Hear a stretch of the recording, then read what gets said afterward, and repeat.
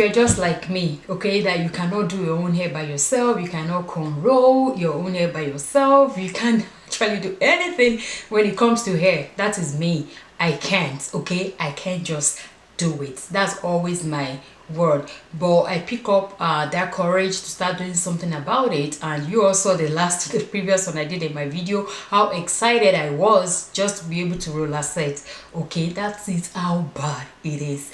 Anyway, so I came up with this idea of how to make a wig for we that we have low cut and we have a side shape, the side of our hair shape. Okay, I came up with this idea. I brainstormed over and over, and this is what I came up with. And I kind of like it. It's not perfect yet, but I'm gonna keep working on it. Okay, if you all want to see how I achieve this, please do continue watching. And let me use this opportunity to say thank you once again for your likes. I thank you for your comments. Thank you for your subscriptions.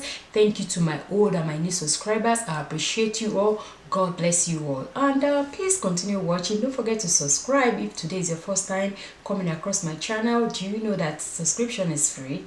Yes, it is free. Just hit that button and turn on your notification bell as well in order for you to know whenever I upload. And don't forget, my lashes are still online for purchase.